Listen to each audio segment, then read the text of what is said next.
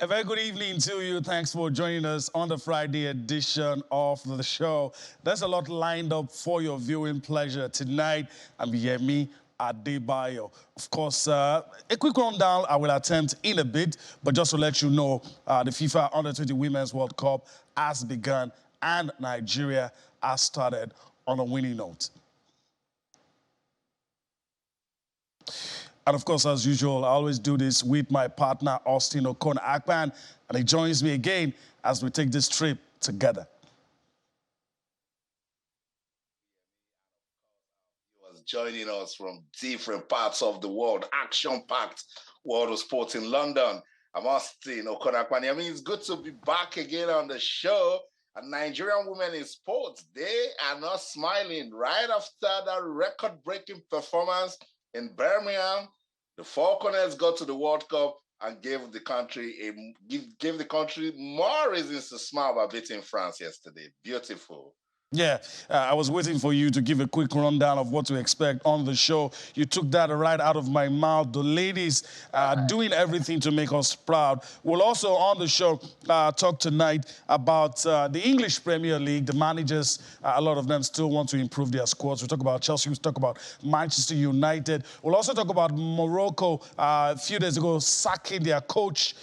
Just a few months to the World Cup, Valid Halilhodžić, beg your pardon, doesn't have a job anymore. We'll talk about him. We'll talk about the Federation Cup right here in Nigeria. A lot of late withdrawals in that one. And we'll also talk about the number of days we have to the World Cup. That's the outlook of the show. And of course, our viewers are in for a swell ride on the show tonight.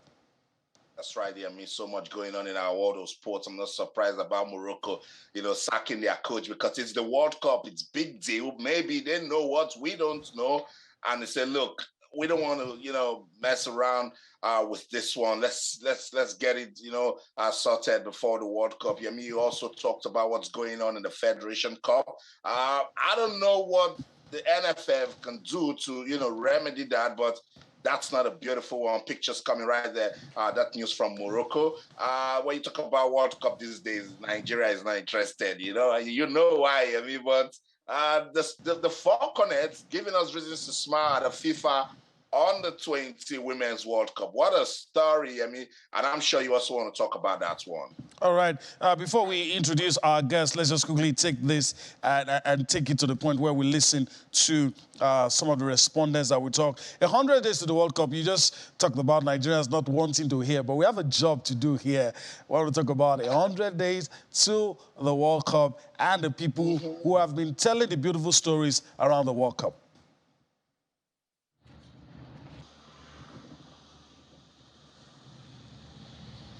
Yeah, I was going to get your thoughts, Austin, on that as well, but let's just move on the show quickly. We told you that some events lined up to mark 100 days of the World Cup, and pictures coming on your screen as we speak. The host, Qatar, doing everything possible to ensure that we have a very good tournament and a series of events to mark the 100 days. Let's quickly listen to Carlo Ancelotti, the Real Madrid manager, talking about scheduling for the World Cup. It's going to be, the World Cup will be in the middle of the European season. A lot of them are wondering how all of those things will pan out. Let's listen to Carlo Ancelotti. We'll come back for more on Sports Tonight. See, it will be a strange season. I think until the start of the World Cup, we are not going to have a lot of problems because the players are focused. The players that are going to the World Cup, they will be focused for sure to be ready and fit for the World Cup. I think that we have to look when the players are back from the World Cup. This is the doubt that we have for this season. Until the World Cup, I think we don't have a lot of problem. After, we have to check the player that maybe they can be tired. And, most of them they will be tired after a World Cup. Usually after the World Cup, you go on holiday. And now, after the World Cup, you are going in the top moment of the season.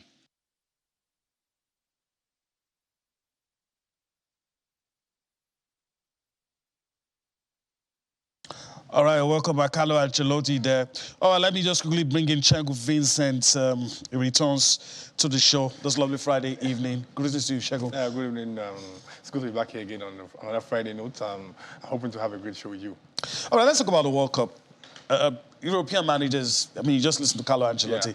Yeah. A lot of them have had their say.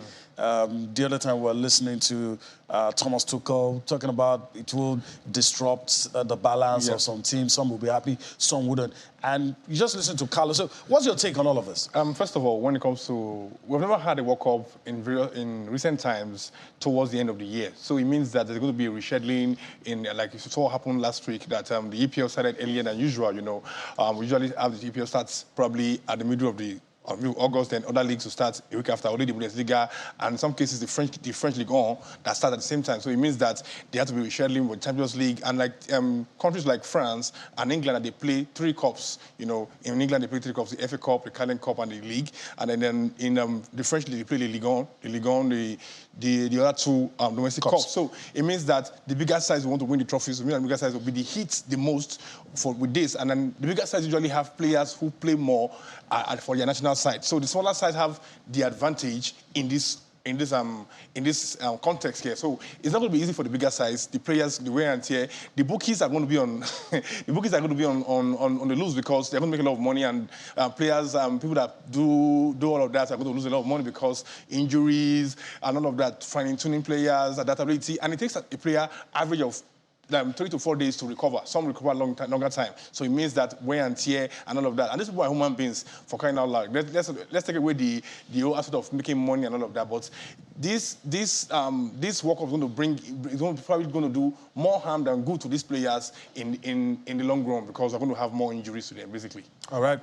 That's been the complaint. The clubs, they've been making, talking about maybe injuries, maybe disrupting the form that they've had before that. And we've never had, it's going to be a unique experience. We've never had a World Cup in this kind of period, so we'll see what happens. Shagun, let me also get your thoughts. By the way, of course, my partner, Austin Okona Ackman, will also be fielding questions to you as we all try to make sense of everything happening in the world of sports.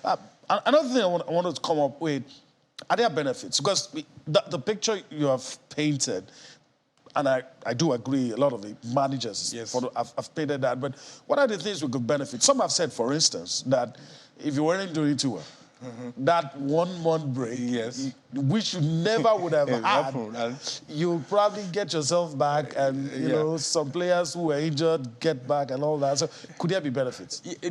For every advantage, there's a disadvantage. So look at disadvantages. What disadvantages? Wear and tear of players, players getting injured, disruption of the order of play, like England, that they don't go on Christmas break. That's going to be tough scheduling, playing a game almost every 3 days. The recovery mode is going to be very, very poor on the players. But on the positive side, you look at countries like Qatar, it's more like an opening for them, for economically for them. This is a new, having to play the World Cup at this period of time means there's going to be a new technological advancement for them, because you all know that Qatar is a very hot area, desert and all of that. So these are advantages for their side, but it's going to be more on the economic end, not for the players on the long run, but it's going to be for people like you and I, who want to go and cover sports in Qatar, Basically, these are the advantages you're going to see. But for the advantages side, it's more on our own side, the fans, the viewers, people that want to watch football, luxury, football fans. But on the players, on the guys who provide the show for us. Yeah. But on the other side, the players, the managers are going to be one feeling the heat. But and the bigger size will be the one feeling the heat. So basically, that's my own take on this. All right, that's Shagun's take on all of that. It's looked at both sides and 2 sides to a coin. What could be the advantages? What could be the disadvantages? All right, we're talking about the scheduling of the World Cup, how it's going to disrupt things, how it's going to affect things. Let's also listen to one of the key actors in all of this. Will take that reaction to that scheduling. Then we'll come back for more on Sports Tonight. All the players who play the World Cup in it for a long time. That's just it's it's just not okay. But it's decided long ago for how everybody says, the right reasons.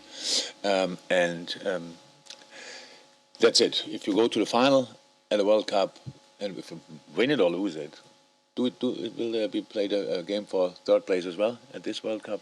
Yeah. So if you reach a semi-final, then you are already we are quite busy, and then the rest starts a week later. But with these things, it's really I was not angry at all before I came in, but when we start talking about it, I really get angry. The problem is, as much as everybody knows it's not right, nobody talks often enough about it that it will be changed. Why we wouldn't talk about that and just do it properly and say, ladies and gentlemen, FIFA, UEFA, stop. Premier League, FA, blah, blah, blah, please start talking to each other. There must be one meeting where they all sit together. And the only subject should be the most important part of this game, the players.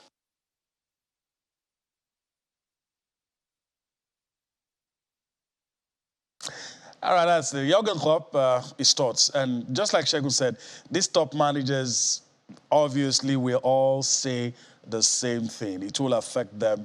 It will affect their players. The players they currently manage are the players people want to see at the World Cup. So probably, the teams without some of these stars will not feel the heat. All right, Austin, let's get back into this discussion, and feel free to also bring in Shegun to whatever you want to say at any time. But I want to get your thoughts. I'm very sure I have an idea what you're going to say, which is what everyone will say at this point. But the top managers have a problem with the scheduling.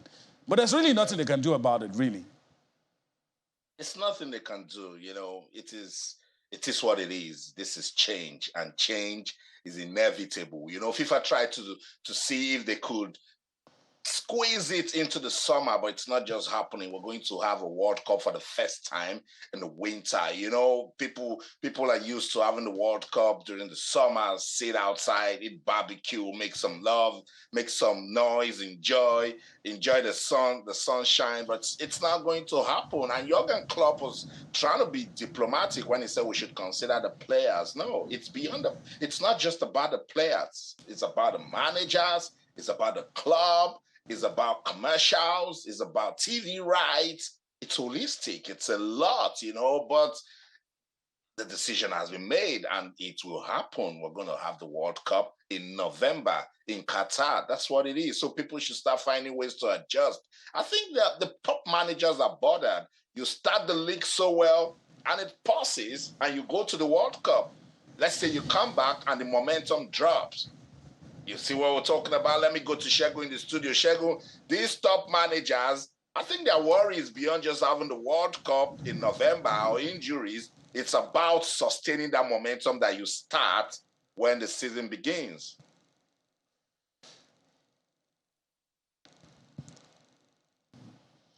All right, Shegun, he was talking to you, actually. I thought you were listening in. Talk about the worries of the managers and saying it's beyond the managers, and at this point in time, everything we are saying right now is just our perspective and how they feel. They are all human beings. They have emotions. They have right to complain and talk about all of that, because if they don't do well, they really want to be sacked. The worst that happens to a player is that the player will suit on that club. So, and a coach being sacked would affect his CV. So what happened to some of the coaches in recent times. But then, what is happening is beyond their control. They're only saying what it is and how they can. Even before the World Cup, so a lot of managers like Klopp, like Guardiola, have spoken about how they can stop the Christmas congestion of fixtures.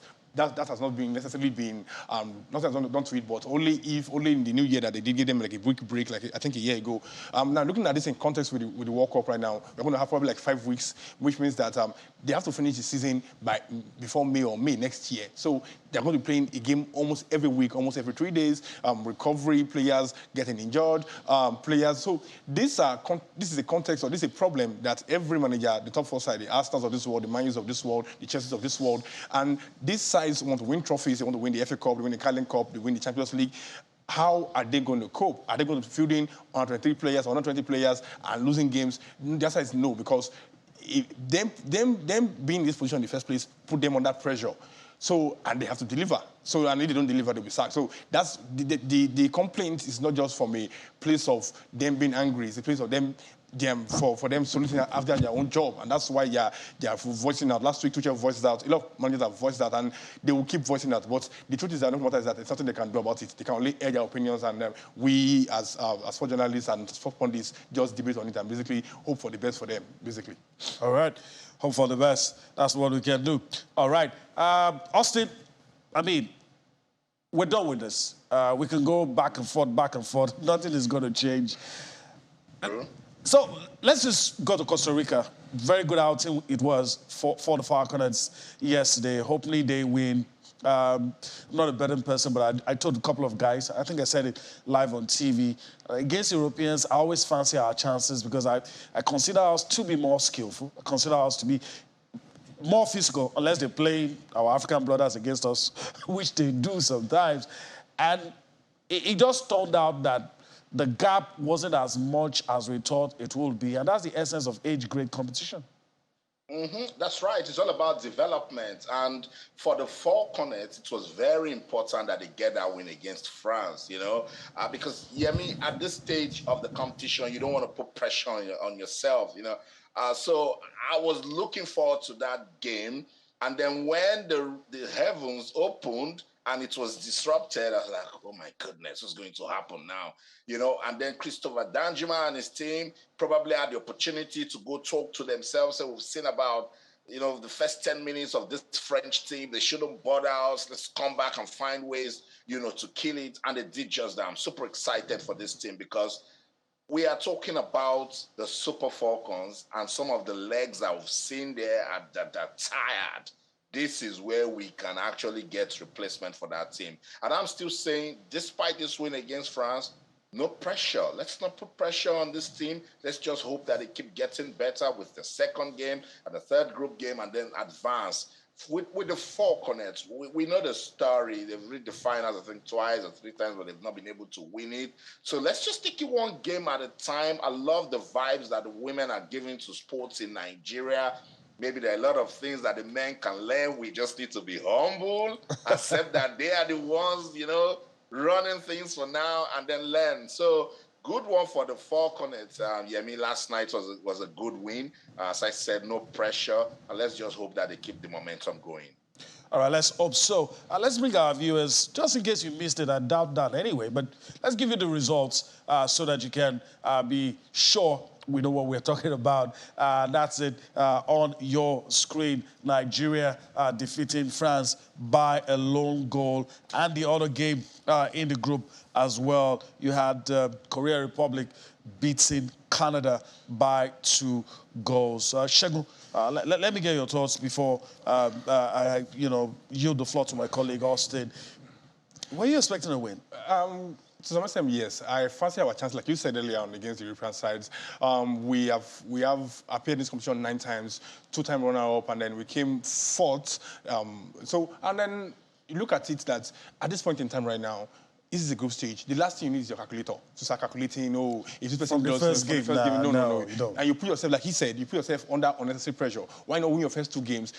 Get your 6 points in the bank, you are sure that you have qualified to the next round. Then from the next place, you can now start planning your strategy on how to go to the top quarterfinals and the semi-finals and the rest. But at this point in time right now, that's what we need, and we've gotten the win. And that's how we are 3 points ahead of France. And, at this stage, usually, this is the bridge to the senior national team. Yes. And my colleague just alluded to, we talk about some of the faces we see in the Super Falcons. A lot of people are saying, I think it's time some of these guys exited the stage. Are you seeing prospects, girls who could walk straight into the national team from the squad?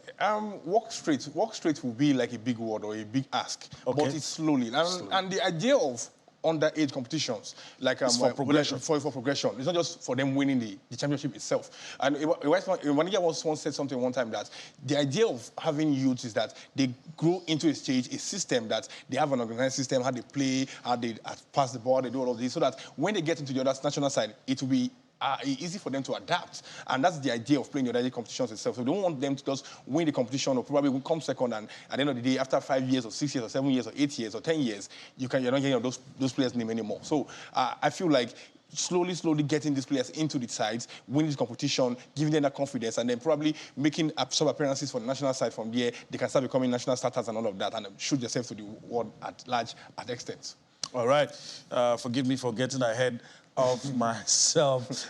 All right. Let's take a look at, after taking a look at the results, let's take a look at matches, next set of matches that will be played. That will be on Sunday, by the way. Let's take a look at Nigeria's next opponent, and also as we begin to monitor how smooth it will be for our team to get out of it. And of course, you know, we've talked about not wanting to use calculators, and this will help. So France against Canada, and of course, Korea Republic against Nigeria. These are the matches that will be played on Sunday. All right, we need to go on a break right about now. When we return from that break, there's still a lot for you. We're going to talk about the Aiteo Cup, some of the stories not pleasant, like my colleague Austin said. We'll also talk about the English Premier League, will get our attention surely. We'll talk about what just happened today, 15-man shortlist for the European Player of the Year. We'll also look at the managers of the year. The one for the ladies yet to be released, we'll talk about that. And we'll also talk about Morocco. Their plans for the World Cup, sacking a manager with just about 100 days to the World Cup. Let's go for that break. We'll come back for more on Sports Tonight.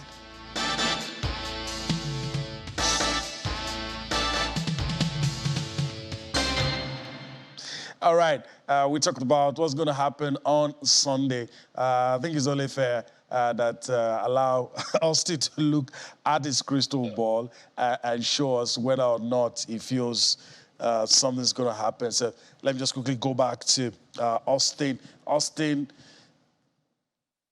Yeah, me. Okay. Yeah, I was listening to All right. analysis. Okay, I'll get back to Austin. We're trying to get our ducks in a row. At some point, we'll also bring in Alfred Okoligbe. So let's just quickly try to tidy things up. Then we'll come back and get Austin's thoughts on all of those things, and we make it a robust conversation as we planned to. Shegun, Sunday. It's good we're going to the second game. We don't need to buy calculators. Yeah, we don't need to. And that's a good place to be, really. Yeah, that's a good place to be. And it shows that you're already one step ahead of the game. So what you need right now to get that victory, make it 6 points. And you put the pressure off your team. Yeah. They're preparing for the round of 16. Yes. And round of 16. So basically, that's what we need right now. Get that win. However it is, 1-0, 0-0, whatever, it doesn't matter. The result is the result. That's the most important thing. Every other thing can come after. So at this point in time, getting the result is what we need to go into the next round. And I'm very sure that we will get the results. Okay. All right. Austin was ready to go. Austin, I thought Shegun is good. I can't remember the last time we've had to buy calculators. Okay, the Super Eagles made us use calculators last year. But the ladies seem to make the job easier. Winning your next game takes the pressure off. That's right, you know, and I mean, this team keeps getting better. Flourish Sebastian has scored the only goal in the 85th minute. She was the lead scorer from the qualifying series. Christopher Danjuma has done something with the character of this team that I like. They are always pushing. They never stop fighting. Remember, the opponents got a goal disallowed in the 80th minute, and the French team at that point were thinking that, okay, right after that goal was disqualified, they can push all the way. 85th minute, Sebastian got that goal to give Nigeria the victory. So, as I said, if they go on to beat Korea, fine, it's good. It puts them in a very comfortable stage. But whatever the outcome of that match, hopefully it won't be a loss. I think they're still in good standing. I just want us to watch this team closely, see where we can get replacements for the likes of Rita Chikwelu and others in the Super Falcons that need to be out of the way, because this is the future. Some of these girls have the quality to go into the Super Falcons. So it will be good for them to go on Sunday, get the win against Korea Republic. But if they don't, let's look at the positives. That's what I'm trying to say, because they were playing a very decent French team, and in that sort of game where the conditions in San Jose wasn't favorable for football, in the 20th minute the game was paused. They came back, stayed focused, went on to win score a goal right after their opponent's goal was disqualified. This is a good team, and I believe that they can get better against Korea Republic, but no pressure. I'm not saying we shouldn't have expectations, but I'll keep preaching with the age grade competitions, no pressure. So you think if we have a few players who could be good enough to play in the Super Falcons, we have achieved the purpose, even if we don't win the tournament? That's what it is. That's what we should be doing. That's the sort of program we should be having when we're going for age grade competitions. Use the under-17s to say, okay, in 3 years' time, this person would have had so and so experience with football. Go to under-20. From the under-20, Walcott signed a professional contract with Arsenal when he was barely 16. You know, so at 20. Somebody should be good enough to get into the senior women's national team. That's what we should be looking at. That's how we got Asisa Toshola. That's how we got Rasheedat Ajibade. I think we should also do this with this program, particularly now that most followers of the Super Falcons are saying some legs in there are tired. All right. Also, let me yield the floor to you. Maybe you'll throw in a few questions for Segun as well. And you know why I'm doing this. We're coming to your end. English Premier League is where we're coming now. And I'm very sure you have the juicy stories for us. So you take us through the fixtures. Let us know what's going on. Probably throw in a few questions for Segun as well. That's right. Let's go. Day 2 of the English Premier League. We're looking forward to that one. I'm sure you're smiling. Arsenal, I think in the last 5 seasons, they've not had it this good, where they get to win their first game of the season. I know where you were last season, right after that loss to Brentford. So these are good times for the Gunners. Pre-season was good. They signed some decent players, and they went on to beat Crystal Palace. Let's take a look at the English Premier League, Day 2 fixtures. Manchester United fans are also looking forward to this one to see if their team can bounce back right after that disappointing start. Aston Villa will take on Everton. Arsenal will host Leicester City. Brighton will take on Newcastle. Manchester City will host Bournemouth. It's the 2022-2023 English Premier League season. Southampton will take on Leeds. Wolves will take on Fulham, while Brentford will take on Manchester United. Tricky encounter for Manchester United. Segun, do you agree that Manchester United need to worry about this fixture against Brentford? To some extent, yes. They should be worried because the last week they lost 2-1 away at home, at Old Trafford. And in recent times, they've been having issues, and they need to get back on track and start winning games. A lot of issues around the team. Anatovic is not working. I don't know why they want Anatovic. Martinez played one game. A lot of people are not convinced yet about the man. A lot of players coming in and out. Frankie de Jong, no particular headway yet. And the team is on a downward slope, and they probably need players to get back on track. So probably, if they don't win tomorrow, there might be a call for a state of emergency for that team. That's right. I totally agree with you, because the fans are smiling, Yemi. Right after that match they lost, there's been a lot of talks about Ten Hag. Yemi, remember I mentioned it that if only Ten Hag knows the sort of job he's accepting. This is the English Premier League. You lose one and people make it look like you've lost 20. Well, he knew the job, but I think he's making the mistake some of the other managers made as well. He's trusting those players. And look, you have to be ruthless. You have to be ruthless. And, they say all is fair in war. Segun just mentioned all of these managers, these guys have seen like 3-4 managers go. They still have their job. Some of them are earning atrocious sums of money. And you wonder, what is this guy doing earning this much? So it should have been ruthless. And some of the guys I've listened to, somebody said something on Twitter, somebody I respect said something like, if you're going to come into a new season and you're still going to make Harry Maguire your captain, then I have no sympathy for you. That's what a lot of people have been saying. So I guess we just leave it at that for now. But let's just listen, like I said, to some of these managers. Let's listen to Thomas Tuchel has been saying a lot of things. He still expects a few signings to make his team compact. So let's get to listen to the Chelsea boss on getting new players. So come back for more. Sports Tonight.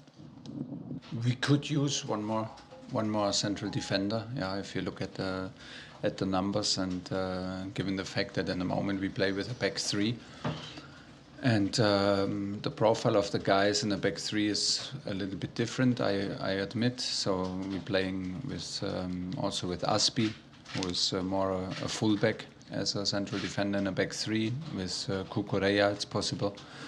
It's a good position, but both of them, for example, cannot play as central defenders. So real central defenders, we could use one more. Let's see what happens. I think we could use and strengthen our squad in depth and strength in both. But it's one thing what you wish for, and one other thing what's possible. And it needs to be possible. Then we're looking for top quality and top personalities, good characters, and real competitors on the highest level. So you don't always get what you wish for, and that's why we are calm and we're ambitious at the same time, and still quite some days to go until the end of the transfer period. And as you know as good as I, everything is possible until the end. We have to, and I'm convinced we will have. I'm happy. I think we're cooperating really well. And second is, I cannot tell about any individuals because I cannot talk about players who are under contract with other clubs. So he had a good training week. I thought he played a little bit longer as half an hour. So I would say he has now 2 half games. And for the starting 11, we will see tomorrow. Of course, I made my decision, but I keep it. I know there is always pressure, and I have the experience how that is, and I know we have to win every game, and I know the fans, everyone expects that Man United is winning every game. So that is, we have to deal with that, and all of what I can do is to prepare my team as good as I can, and I'm focusing on that. All right, so that's it. You listen to Erik ten Hag, you listen to Thomas Tuchel, both talking about their teams, how they hope to strengthen their squad. Ten Hag, for instance, understands the expectations of the fans, understands that you have to do well, and he's also hoping that he gets new players. Same, in a similar vein, Thomas Tuchel as well, expecting that he will bring 1 or 2 players. Off camera, I joked with Segun Vincent, and I said, well, Andreas Christensen may not be registered by Barcelona. Who knows? He might just be on his way back. But that's for laughs anyway. We'll see what happens. Interesting situation. Both managers find themselves knowing that they still need players. There is time. Can it be done? That's the big question. Can it be done? It appears some teams are okay with what they have. Pep Guardiola, for instance, not talking about bringing in players. If he does, it's fine, but that's not his major concern. The Arsenal manager as well does not really look like he wants new players.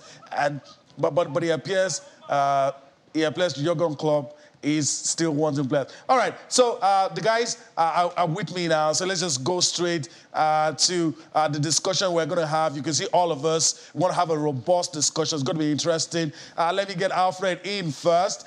Greetings to you, Alfred. Thanks for finding out time to be with us on the show. Always a pleasure having you do this with us. Thank you very much. I mean, thank you very good evening to the guys. Excited to be here. All right. First bite of the apple. Let me throw it at you. English Premier League. You listen to those 2 managers, similar stories. Chelsea won their first game, but Thomas Tuchel still feels he needs at least a central defender. He has admitted. Erik ten Hag says, well, if I can get some set of players, I will be happy. So it appears that both managers still running against the clock to ensure that their squad is complete as they prosecute the new season. So the conversation is about Chelsea and Manchester United. They're trying to convince players to join them. One would have thought that given the pedigree that both teams have, it would be easy for them to do business. But Chelsea, the era of Babalowo is over. And so the reality is that a lot of people are not certain what to expect from that Chelsea project. The new owners have not come out to state emphatically what they want to really do with that club. And so you expect that some players will want to be a bit withdrawn. But to make the case even worse for them, some of the players that they are eyeing, the moment they mention them and then the conversation, some other thing happens. The likes of Barcelona are coming and snap up these players. So it's a bit difficult. For Manchester United themselves, they will be scratching their heads to think what is happening. And, winning now, the winning culture has since left United, to be honest. And it's a big struggle for them to really have an identity for themselves. And that Ronaldo issue is one that this is a player that is well over 30. Is he still at top of his game? Is it that game changer where each time he's on the field of play can be able to do the impossible? I don't think. I think he's well past that area, and he needs support cast around him. That support cast are not there, and so it's really difficult for both teams. Like somebody said, for Ten Hag to come and still leave somewhere like Maguire as the captain of the team. You won't feel pity for it because, truth be told, for Manchester United fans, a lot of them, if they're given the option to, they would like to see the back of Maguire because he's so prone to error. Leadership on the pitch is something that is difficult. And so, for both teams, I think they will still struggle the more. And attractive players will be difficult for them, except they are willing to bring out the checkbook and write their new songs there. Okay. All right. Thank you, Alfred. Shegun standing by, but let me get Austin in. Almost turning into comedy now. Do you have some sympathy for Erik Ten Hag? Most people are listening to the diehard United fans. They're saying, look, you knew the job you were coming into. These players have been responsible for the exit of many managers. You're coming in, you're still trusting the same set of players. Nobody should pity you. Yeah, but it is what it is. I'm sure he's still dealing with a lot of backroom problems that they don't want to bring out to the media. I still think ownership problems still exist in Manchester United. But you do not lose your opening game after the sort of season United had last season. You don't lose your opening game to Brighton at Old Trafford.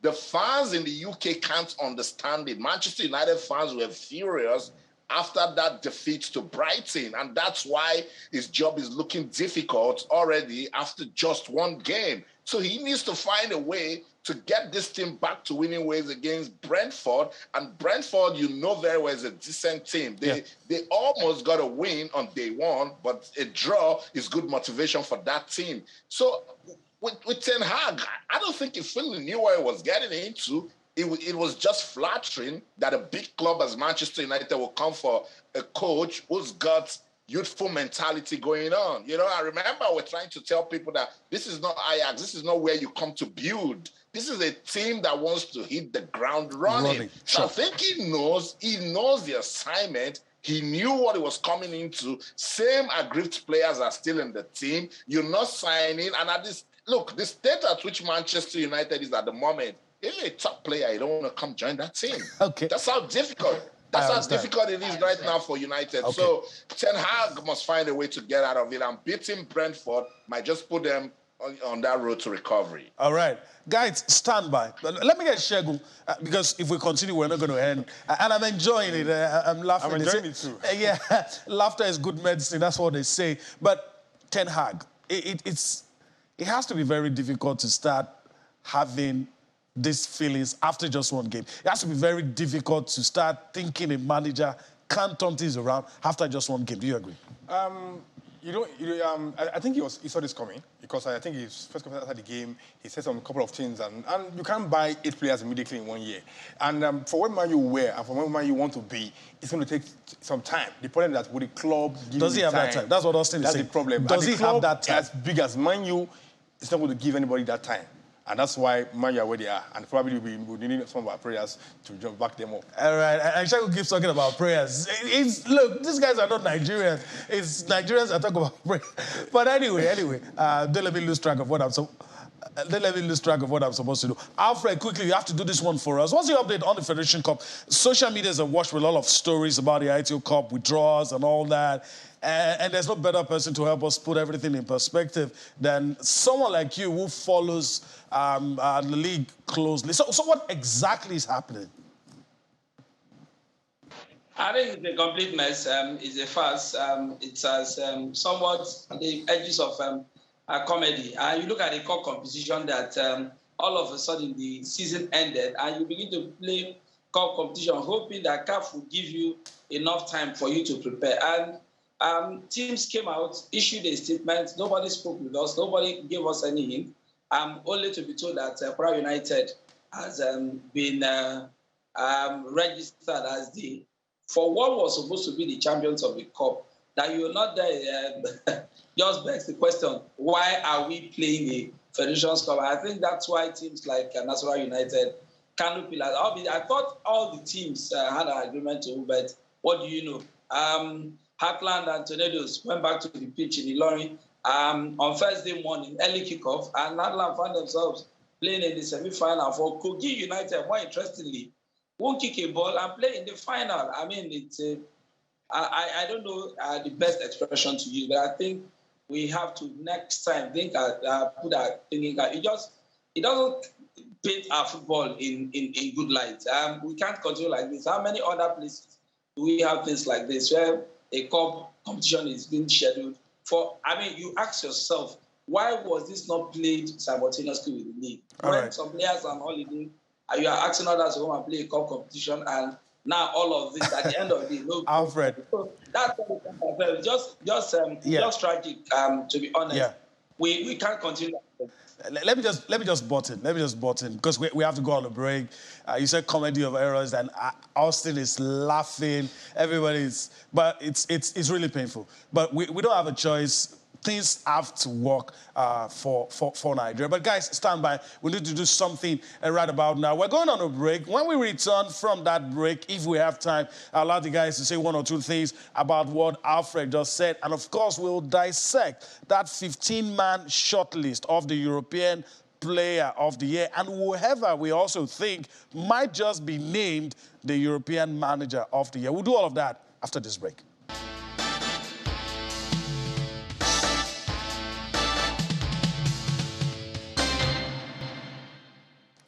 All right, welcome back. We're on the home stretch now, just a few minutes before we move out of the studio. But I have the guys with me, and we'll just do this quickly. Austin, is only going to be fair if I allow you to say something. But you know how it is, time not our friend on the show. Say something about the Aiteo Cup, then move quickly into the UEFA Player of the Year nominees. And so let's just have it from you. You know, I was trying not to laugh until Alfred started saying things that were funny, you know, and that's what people will be doing. We keep talking about having a business environment for sports to thrive in Nigeria. When you hear this sort of stories, why would corporate Nigeria get into the system, you know? And we need to say the way it is, leadership. Leadership. Everything rises and falls on leadership. I'm glad that the NFF, they're getting into their Congress. They should all have a minute of silence for this shame that they've brought on the Federation Cup. Yeah, I mean, it's so sad because that's the oldest football cup competition in the country. That's a competition that Bayelsa United, a team that was in the NNL, won to go represent Nigeria at the continent. Now, that's what teams look forward to. Bendel Insurance, I can tell you, top officials of Bendel Insurance are so aggrieved, they are pained about what has happened. And I'm sure it's not just Bendel Insurance, there are other teams that were looking forward to using this Federation Cup to wrap up maybe a bad season and find a way to pick themselves back up. I'm going to dump this one on leadership. It's a big shame. They brought this, they caused this, and they must find a way to fix it here. All right, straight to the UEFA Player of the Year. The winners will be announced on August 21, thereabout. Give me your top three before we all sign out on the show.